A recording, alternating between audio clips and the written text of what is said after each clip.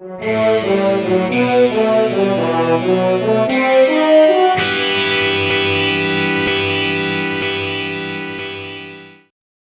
everyone, my name is Sean and this is Game Waves, a series where all of my brainwaves are dedicated to board games, which honestly is most of my day anyways. On this episode, I'm going to talk about the 6 things that I think are important to understand when teaching a board game. Most of these things are problems that arise during the rules teach, as anyone who has ever taught a board game knows that the simplest rule can derail the fun of this hobby. This video is for those who are starting to teach a lot more as they become the experienced one in their group, and for anyone who constantly gets annoyed when the new players either don't understand what you're saying or are being rude to you as you just struggle to get the game started.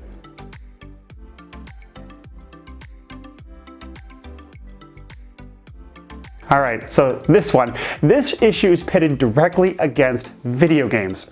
In a video game, if a player's character is damaged by an opponent's gun, the player learns in that second how many attacks they can suffer before they die, how the shot disrupts their gameplay, how fast the attack occurs, and the need to learn how to avoid.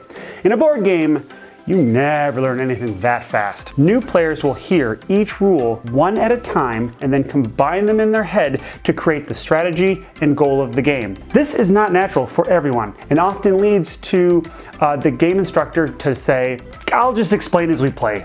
My suggestion is to watch their body language. Both their facial expression and their sudden freezing in place can signal that they are struggling to combine what you're saying. Ask if they understand and repeat what you need to. If you can, use the game pieces that are on the table so they can see the rules in action.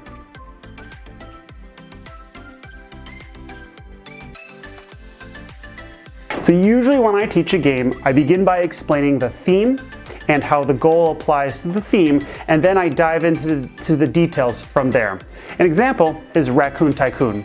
Raccoon Tycoon is an auction game, so you need to win auctions, which means you need money to do so. If a player asks to know what kind of cards will show up in the auction, I will absolutely pause the explanation and show them, because the phrase, "I'll explain this later," gives new players the idea that this is going to take all day. This is so much harder, though, with area control games and war games and civilization games. The longest and most detailed section of almost any rulebook is combat, or when players go head-to-head against each other. This is because making multiple decisions simultaneously against another player, more often a friend than a stranger, gives you a fantastic rush that only happens in a board game. You often have no choice but to say, "I'll explain combat later," because what you need to explain first is how to prepare for the inevitable moments of those confrontations. Overall, my advice is to use this phrase as little as possible, though it is sometimes unavoidable.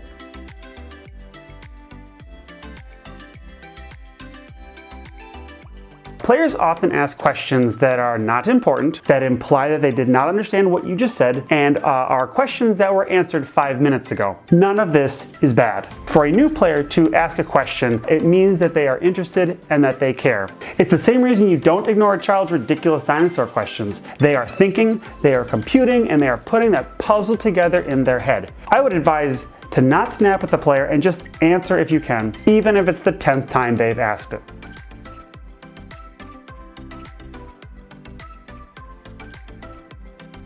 Okay, the age-old problem of players not paying attention, I think, can be mishandled by the teacher.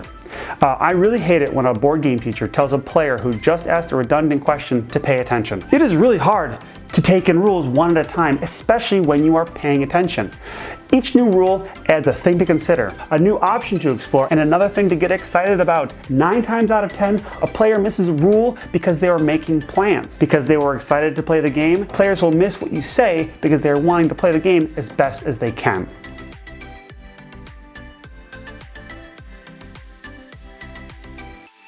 So now a note on what happens when players don't ask questions. Sometimes players will not ask questions because asking questions implies what tactic they are pursuing, and they want to keep that secret. This, in my experience, can lead to a really awkward moment with experienced strategic players who are new to this particular game. They have assembled a plan in their head, and they are marching forward with it. Unfortunately, they were making this plan when you were explaining some nuanced rule, and they missed it. They attempt to attack someone or play a card out of turn, and you have to say to them, "I'm sorry, you can't do that because of this rule." And they predictably say, You never said that was a rule. And you and everyone at the table knows that you did say it. The most important thing is not to determine who is wrong and right. That can ruin the game because of egos. Keep a level head, apologize if necessary, but keep your foot down and enforce the rule. I personally would just let them take the turnover again, as long as the rule is now understood.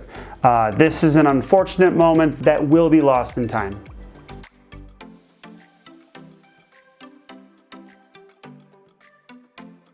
This one sucks. The first giant mistake a new player makes in a game is the ultimate test. New players get happier and happier as they make more decisions and they learn how all the mechanisms connect together. But one mistake and the game can become miserable because they have never experienced coming back in this particular game. They have no idea how it works. They're staring into a black hole with no options. Ticket to Ride is a great example of this. A new player could spend 4 turns getting blue cards for a route, and then just before they play them, someone else takes the route. They weren't paying attention to what cards others were taking or where they had been building, and now they have to make the best of what they have. As a seasoned gamer, I love this. I love watching other players make choices, and then I'm proud when I outmaneuver them and give a big smile when they've outplayed me. I just don't know how to transfer this kind of joy over to the other players.